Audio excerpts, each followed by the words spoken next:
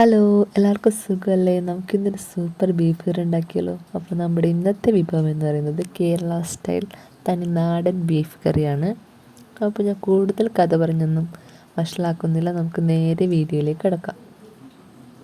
നമ്മുടെ കറി വെക്കലിൻ്റെ first stage എന്ന് പറയുന്നത് തന്നെ ഈ പ്രഷർ കുക്കറിൽ നിന്നാണ്. അപ്പോൾ കഴുകി വൃത്തിയാക്കിയിട്ടുള്ള 1 കിലോ ബീഫ് നമ്മൾ ഈ കുക്കറിലേക്കിട്ട് വേവിക്കാൻ പോവുകയാണ്. അപ്പോൾ പിന്നെ നമുക്ക് അതിലേക്ക് വേണ്ടിയിട്ടുള്ള മസാലകളൊക്കെ ആഡ് ചെയ്ത് കൊടുക്കാം.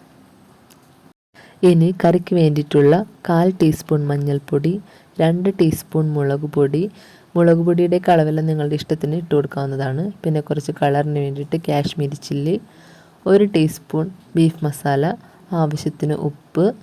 ഇനി ഇഞ്ചി വെളുത്തുള്ളി അതെല്ലാം അരിഞ്ഞതും അരിയാത്തതും കൂടെ ഞാനിതിൽ ആഡ് ചെയ്തിട്ടുണ്ട്. അതെല്ലാം കൂടി ഇട്ട് കൊടുത്തിട്ട് നല്ലപോലെ മിക്സ് ചെയ്യാം. കുറച്ച് വേപ്പിലയും കൂടി ഇട്ടിട്ട് നല്ലപോലെ തിരുമിയെടുക്കാം. ഇനി ഇതിലേക്ക് 2-3 പച്ചമുളകും ഇട്ട് കൊടുക്കാം. പിന്നെ കറിക്ക് വേണ്ടിയിട്ടുള്ള സവാള നമ്മൾ ഇതിലേക്കാണ് ഇട്ട് കൊടുക്കുന്നത്. ഇതാകുമ്പോൾ ബീഫ് വേവുന്ന അതേ സമയം കൊണ്ട് തന്നെ സവാളയും നല്ലപോലെ വെന്ത് നല്ല ഗ്രേവി ആയിട്ട് കിട്ടും. ഇനി നമുക്ക് അടച്ച് കുക്കറിലൊന്ന് വേവിച്ചെടുക്കാം. വേവൊക്കെ നിങ്ങൾക്ക് അറിയാവുന്നത് കൊണ്ട് അത് ഞാൻ എക്സ്പ്ലെയിൻ ചെയ്യുന്നില്ല. ഇനി നമുക്കൊരു ചെറിയ മസാലയുടെ ആവശ്യമുണ്ട്. അതിന് വേണ്ടിയിട്ട് 2 ടേബിൾ സ്പൂൺ മല്ലിപ്പൊടി, 1/4 ടീസ്പൂൺ മഞ്ഞൾപ്പൊടി, 2 ടീസ്പൂൺ മുളക് പൊടി, കുറച്ച് ബീഫ് മസാല. ഇതെല്ലാം നമുക്കെടുത്ത് പാത്രത്തിലേക്ക് മാറ്റി വെക്കാം. ഇനി ഒരു ചട്ടി ചൂടാക്കാൻ വെച്ചിട്ട് അതിലേക്ക് ആവശ്യത്തിന് വെളിച്ചെണ്ണയും ഒഴിച്ച് നമ്മുടെ കറിക്ക് വേണ്ടിയിട്ട് 1 സവാള ചെറുതായിട്ട് അരിഞ്ഞതും 2 തക്കാളി ചെറുതായിട്ട് അരിഞ്ഞതും കൂടി ഇതിലേക്ക് ഇട്ട് കൊടുക്കുന്നു. ഇതിൻ്റെ എല്ലാം പച്ചമണം മാറിയതിന് ശേഷം നമുക്ക് ഈ പൊടികളെല്ലാം കൂടി ഇട്ട് നല്ലപോലെ മിക്സ് ചെയ്തെടുക്കാം. പൊടികളുടെയും പച്ചമണം മാറുന്നത് വരെ വഴറ്റി കൊടുക്കുക. അങ്ങനെ വഴറ്റിയതിന് ശേഷം ഇതിലേക്ക് ആവശ്യമുള്ള കുറച്ചും കൂടി ഉപ്പിട്ട് കൊടുക്കുക.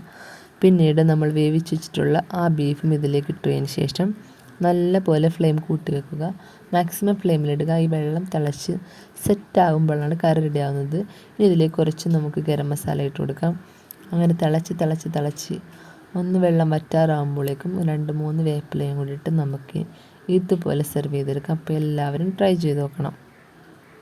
അങ്ങനെ നമ്മൾ പെട്ടെന്ന് നമ്മുടെ കറി റെഡി ആക്കിയിട്ടുണ്ട്. ഇതിനെ നമുക്ക് അടിപൊളിയായിട്ട് ചോറിൻ്റെ കൂടെയോ ചപ്പാത്തിയുടെ കൂടെയോ വെള്ളയപ്പത്തിൻ്റെ കൂടെ ഇടിയപ്പത്തിൻ്റെ കൂടെ എങ്ങനെ വേണമെങ്കിലും കഴിക്കാവുന്നതാണ്. എല്ലാവരും മസ്റ്റായിട്ട് ട്രൈ ചെയ്ത് നോക്കണം.